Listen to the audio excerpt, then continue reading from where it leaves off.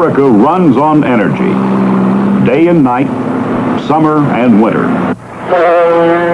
Energy in all forms has been and remains the key to this country's growth, progress, and national security.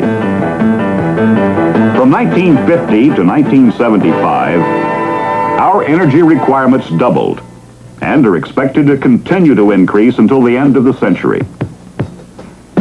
At that time, our population will be nearly 250 million people, all needing food, transportation, housing, and aspiring to an improved way of life. Energy, wisely used, is the one essential ingredient to a bountiful future for America. While oil and natural gas are less abundant now from domestic sources, the U.S. does have an almost inexhaustible supply of energy. Converting this immense underground resource to meet our energy needs is the great challenge and opportunity for the remainder of this century. This story is about the people and the technology that can produce new energy from beneath the earth.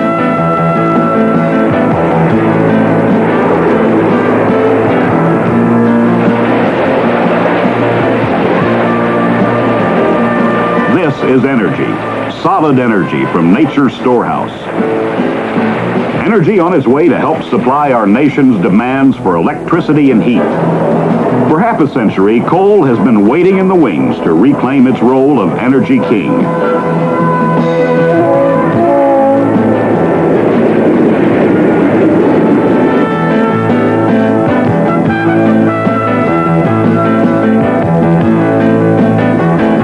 The time is now, and coal is ready to take up the slack and help fuel the fires of America's industrial might. And as coal moves toward a more important role on the energy stage, these are the men whose skill gets the job done, mining the coal from deep underground. Today's miners are a new breed, technicians working with complex equipment to carve the coal from the earth and bring it to the surface.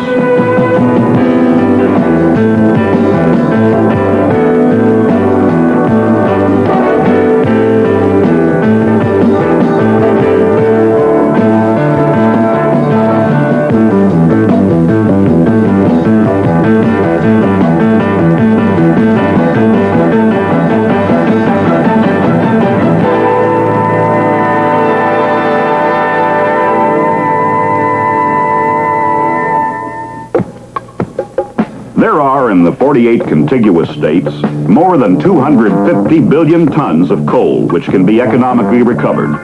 This vast resource is available to help bridge the increasing gap between energy demands and our diminishing supplies of U.S. crude oil and natural gas. While coal represents 90% of our energy reserves, it now provides only 18% of our annual energy needs. There's a direct relationship between economic growth, jobs, and energy supply. And to strengthen the overall economic health of the nation, we must reduce our dependence on costly foreign oil and more fully utilize our abundant reserves of coal. 1 ton of coal has the energy equivalent of about 4 barrels of oil. Every additional 1 million tons of coal we use will reduce our oil imports by 4 million barrels per year.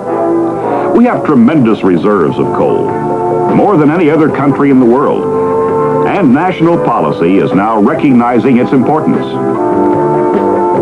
Why then are we not more fully utilizing this asset?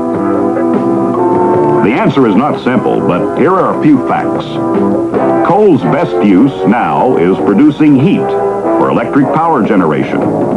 Coal currently generates more electricity in the United States than all other fuels combined. To replace the oil and natural gas now being used would require 264 million tons more coal every year, about 40% of the production levels of the mid-1970s. But coal has problems. When burned, most of the coal mined in Ohio, Pennsylvania, and West Virginia produces ash and sulfur oxides, which must be handled in an environmentally acceptable way. Controversy surrounds definitions of the level of air quality that must be achieved in burning coal. An intelligent appraisal of the alternatives must be made to obtain greater use of coal. Substantial progress is being made to clean up coal at the point of combustion. Millions of dollars are being spent annually on research and development of new emissions cleaning equipment. The decisions on these tough questions will carry economic and environmental price tags for the consumer. But one way that both costs can be greatly moderated is by utilizing coal near where it's mined. About 46% of the nation's coal reserves are located east of the Mississippi River, a region with 54% of our population. It's much cheaper to haul Ohio coal, for example, 100 miles to a power plant than to transport Western coal 1,500 miles to the same location. In addition to research on cleaning up the products of coal combustion, other technology is developing ways to get more energy from coal, such as converting it to liquids or gases. Such conversion is too costly to undertake right now, but may be commonplace by the year 2000. Some of America's leading energy companies are playing a major role in the effort to increase the use of coal. Among them, Panhandle Eastern Pipeline Company, parent company of YOUGHIOGHENY and Ohio Coal. During 3/4 of a century of operation, Y&O Coal Company has kept pace with advancing technology, moving from pick, shovel, and mule haul operations to massive, sophisticated, continuous mining machines.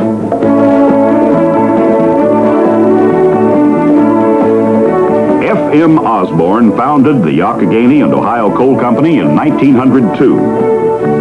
Over the years, 39 Y&O mines have produced coal in western Pennsylvania, West Virginia, and southeastern Ohio, with fathers, sons, and grandsons following each other into the mines. Today, Y&O operates 3 modern mines in Ohio, capable of producing nearly 3 million tons of coal per year. The surface structures of a modern mine give no indication of the miles of tunnels and beehive of activity beneath them. Mining today depends on the efficient coordination of trained technicians and unique specialized machinery. The miner's basic tools include the continuous miner, which breaks up the seam of coal and propels it back to a shuttle car, which starts the coal on its way to the surface.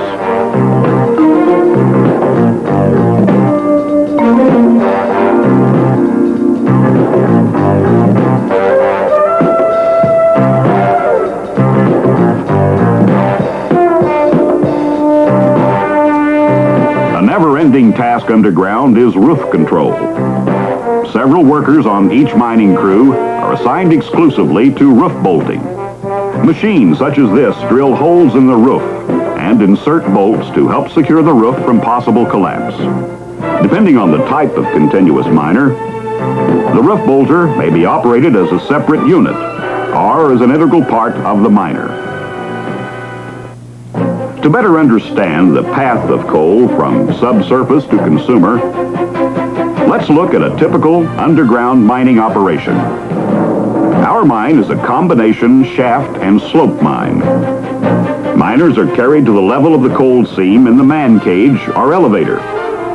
Air also moves through the shaft housing the elevator. Arriving at the bottom of the shaft, many of the men board a man-trip car, which carries them to their working area. Now, this crew will be operating a continuous miner, roof bolter, and shuttle car at the working face of the coal seam. Other workers on the ship scatter through the mine to their jobs as beltmen, trackmen, electricians, masons, or one of the dozens of support functions required to move the coal to the surface.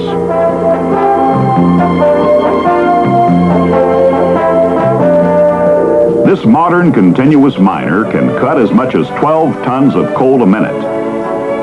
Water sprays are used to settle the coal dust.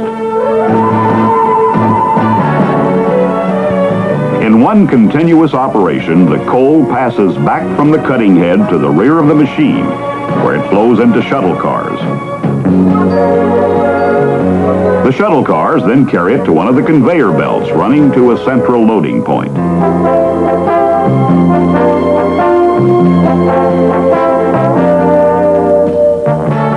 The roof, walls, and floor of a coal mine are white, not black. A finely powdered limestone called rock dust is spread behind the active mining face to settle coal dust and guard against the possibility of an explosion. Moving into the newly mined area, the roof bolter drills holes and inserts bolts. A quick-setting compound cements the bolts in place.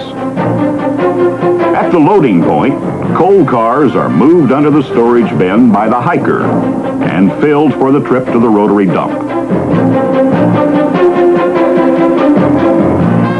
The string of loaded cars is then pulled to the base of the slope by a powerful electric locomotive. At the slope, the loaded coal cars enter the rotary dumper, which unloads them onto another conveyor belt running up the slope tunnel to the surface.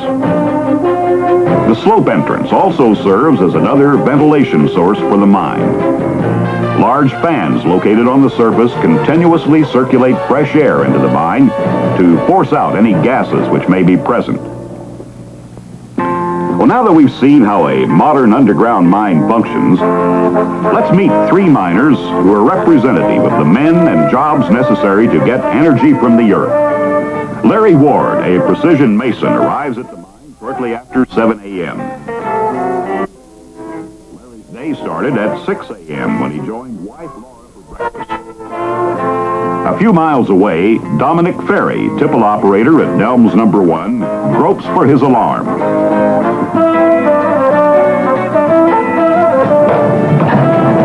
Dom, your pancakes are ready.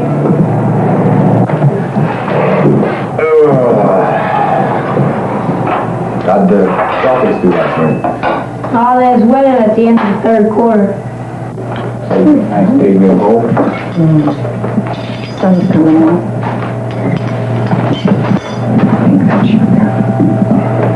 Is that okay? Okay. Kids up. Did you watch all the game last night? No. You fall asleep again. Yep. Good night. Be careful.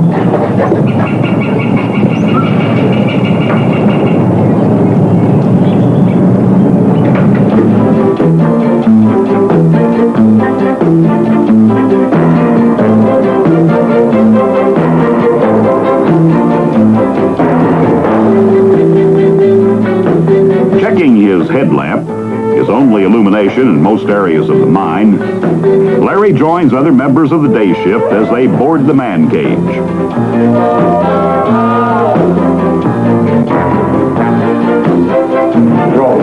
Where you headed for, Weaver? Oh, it's nice out. They going main west? Going in after bed. Two south. Well, I'll see you. I made a big back. About an hour, 2 o'clock. You want two south first? I'm good. Or 176 south. Good. You are. I'm going to do it myself, and you. You jump around this year. Get your hands in the back. Yeah, I don't know. Look good. Wait, we're going, man. All right.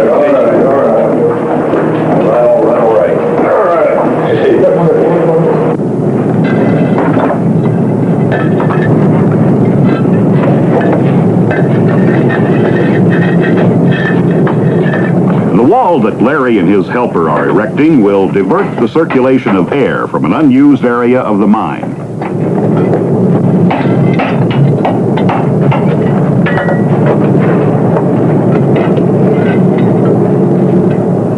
Hubert Cook, section foreman at the Allison mine, is working the 4 to midnight shift this week, which leaves him the morning to prepare his farm plot for planting. Is dinner ready? Yeah, it's ready. Well, let's eat. Yeah, Dad? Yeah, I finally got the garden worked out. Maybe we can get it planted now before it rains. Well, you get to go back to work today. I just called down from mine and midnight went in last night. Did they? Finally? Hubert's son, Steve, also works at the Allison. I thought they weren't going back.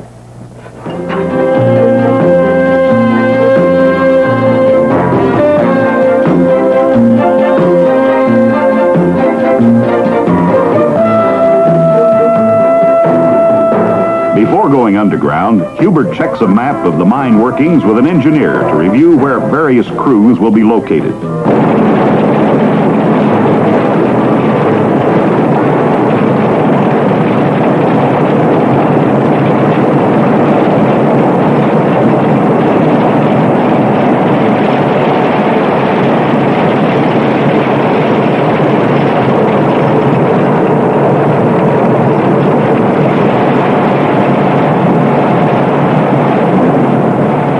This is where the action is, hundreds of feet beneath the surface.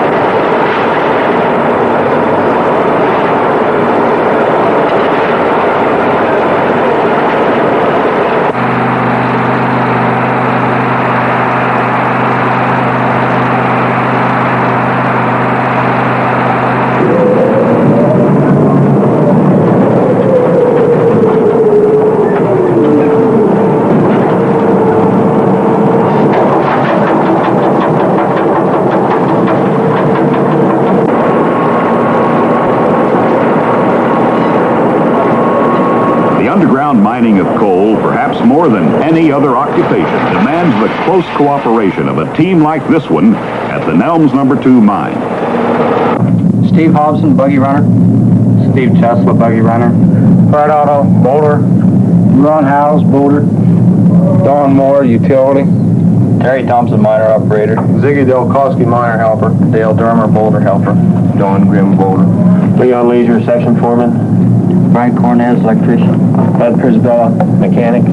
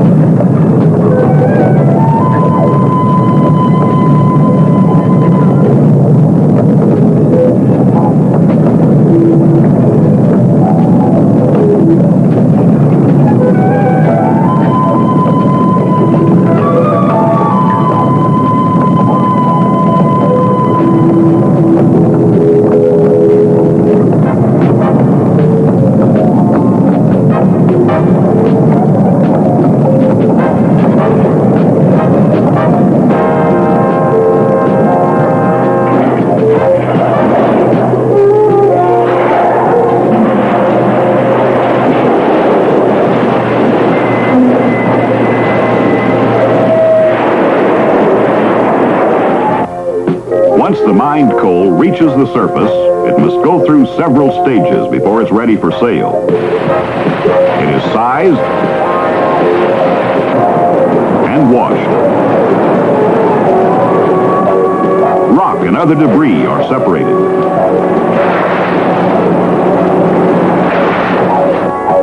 Harold Greger monitors the control panel for Allison Mine's preparation plant. In the quality control lab, technician Diane Plavka runs daily tests of coal samples.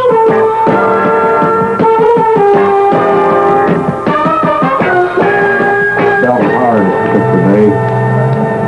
And I guess the scoop was broke down to start the shift, and we did get the power moved before 4 o'clock, but it's about... Safety is the watchword underground, where stringent state, federal, and company regulations are observed. Regular meetings of mine safety committees are held to review current conditions. Even though there hasn't been a major mine disaster in the state of Ohio in over 30 years, nothing is taken for granted when it comes to safety. There's a team of well-trained men ready for any kind of emergency. This Y&O Mine Rescue Team is one of 13 such groups which receive specialized training 1 day or more each month, using equipment supplied by the Ohio Division of Mines.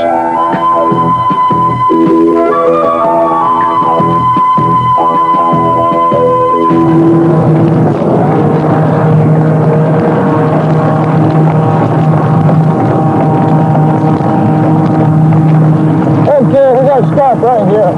Okay, hold him up. Hold him up. Hold him up. The Mining Enforcement and Safety Administration, or MESA, a federal agency, is responsible for carrying out the mandates of the Coal Mine Health and Safety Act of 1969. MESA inspectors make regular underground inspections of ventilation, roof support systems, and equipment.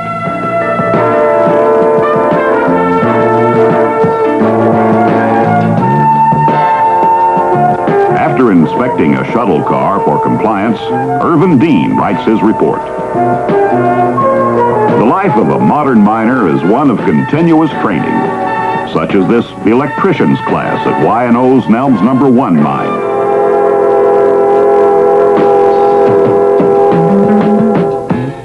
In other words, you know, if you would happen to slip off, now remember I said that the red spot would develop, okay, and the hands would become slick and the body oils, and you know, Regular refresher courses in every phase of first aid and life maintenance are also on the classroom schedule. That's why I say count out loud if at all possible. Although ruggedly built to operate in the harsh conditions underground, all mining equipment is routinely rotated to the surface for maintenance or modification.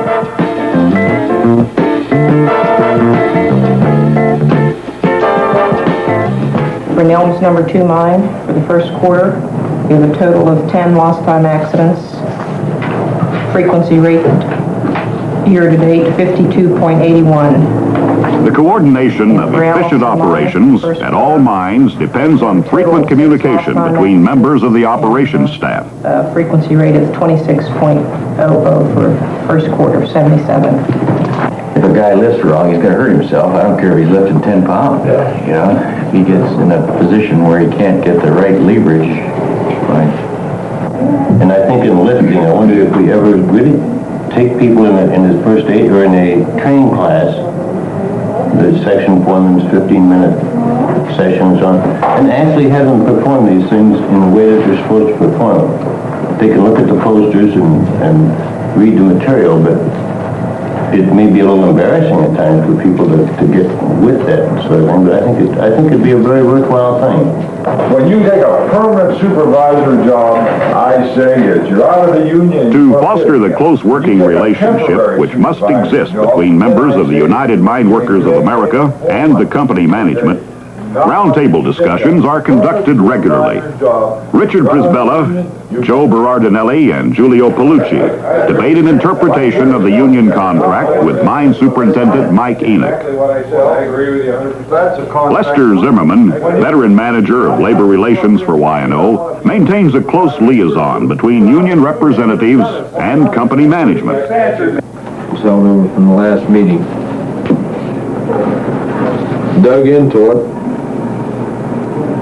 We'll pay it on one reason. That the guy was turned in because under the classification mechanic. He didn't do mechanic work though. I did know that. So he got mechanic wages. We owed Weir 1 shift. Time and a half. At time and 1/2. 8 hours is what was claimed. Okay. What's this one?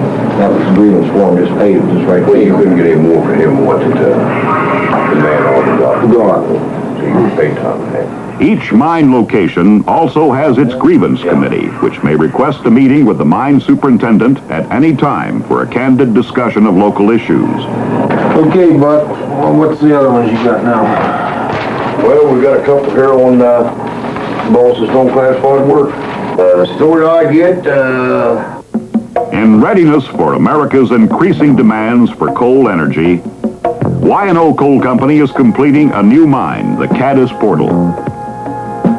A construction milestone was reached when this continuous miner cut through a wall 520 feet beneath the surface, linking the new slope and shaft entries of the mine for the first time. Once phase-in operations are complete, this modern mine will produce 1 million tons of coal per year. And so the cycle which began eons ago is nearing its end. The fuel, which was formed of ancient forest and swamplands, will soon fire mammoth furnaces producing electricity and heat for the people of America's industrial heartland.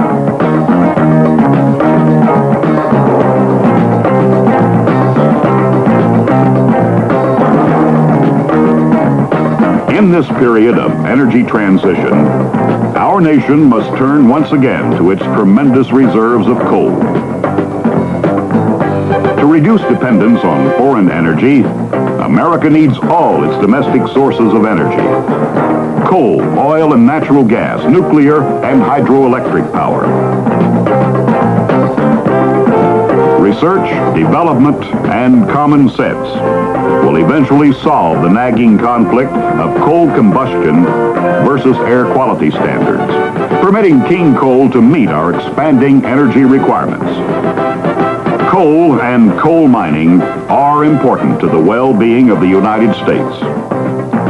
And the men and women of Y&O Coal Company serve with pride a profession steeped in tradition, but keeping pace with today's technology and the energy needs of America.